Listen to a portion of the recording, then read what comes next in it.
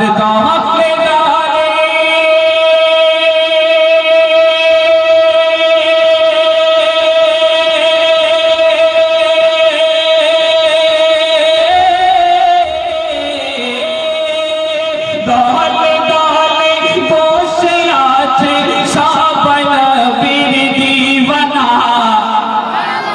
নূরে মেলা লেগেছে আজ শাদিপুরে দেখো না।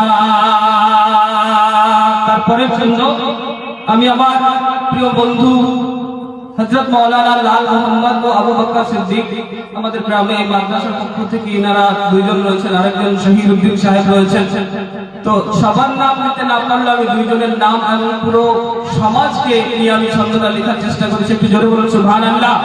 কে লাল মোহাম্মদ আবু বকর ও